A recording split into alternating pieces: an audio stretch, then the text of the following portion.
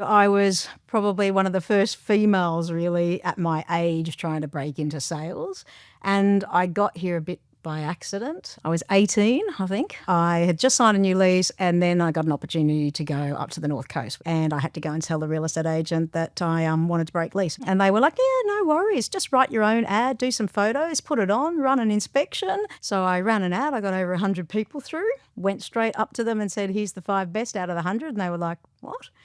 Do you want a job? I said, of course not. I'm leaving for the North Coast. I could see that I would be able to be outside. I'd be able to work with people. I kind of became a standalone agent at about 21. First, female agent in Lake Macquarie. But like lots of girls, I had to start at the bottom. So I was a receptionist. I was a property manager. I did all the trust accounting. But eventually I got my break, and I was there for a long, long time. So that's where I, ultimately ended up leaving because of that not having the same, I suppose, value system. It became very driven by who cares, just get the numbers. Every property is an auction property, just get the numbers in, work them down within 4 weeks, get them to sell, So my PA was heavily involved in me going out on my own. And he's my business partner now. He just kept looking at the numbers and going, what the hell are you doing here? I said, if you think this is such a great idea, I'm working crazy hours, you are too, but if you really want to do it, you go investigate. I don't want to work somewhere where I'm just focused totally on worrying about Office of Fair Trading visits and auditing of the trust account. But I also was super impressed when I realised it wasn't just trust accounting, it was also a back-end team. So it meant that if you were going out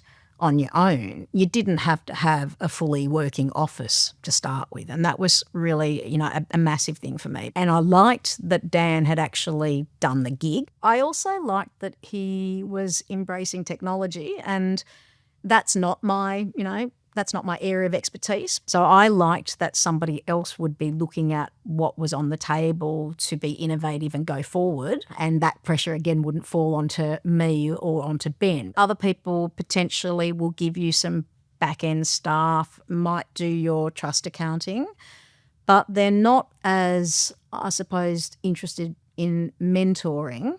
And I don't think they embrace individuality as much. So, you choose Urban X because it's the all-round complement of services. And you also have people who are, you're connected with right from the get-go. It happened so quickly and so naturally, and Urban X were very, very supportive. We kind of got to a place we didn't expect to get to pretty damn fast. It's never been about money, to be honest. It was about having a job and a career that I actually enjoyed. The plan is to spend more time doing things with family. I'm a grandma now, so I've got a little, 11-month-old grandson who I dearly love, and all my clients seem to love more than me.